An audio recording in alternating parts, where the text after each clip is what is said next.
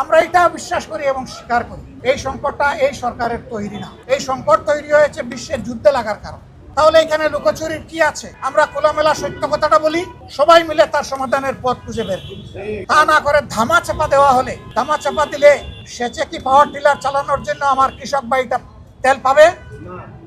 যারা বাইক চালাইয়া নিজের সংসারটা কোনো সুরত নির্বাহ করে, আমি জিজ্ঞেস করেছি ভাই আগে কত, বলে যে আগে 1,500-2,000 টাকা রুজি করতাম, এখন কত?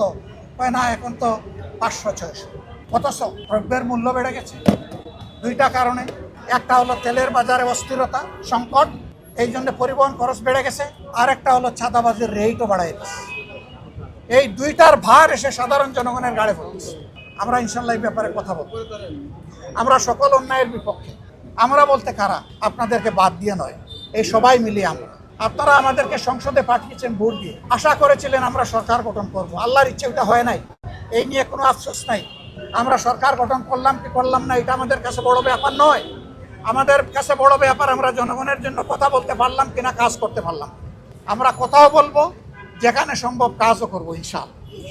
সব কাজ এখন চাইলেই আমরা পারবো না, যা আমরা পারবো তা আমরা করবো ইনশাআল্লাহ।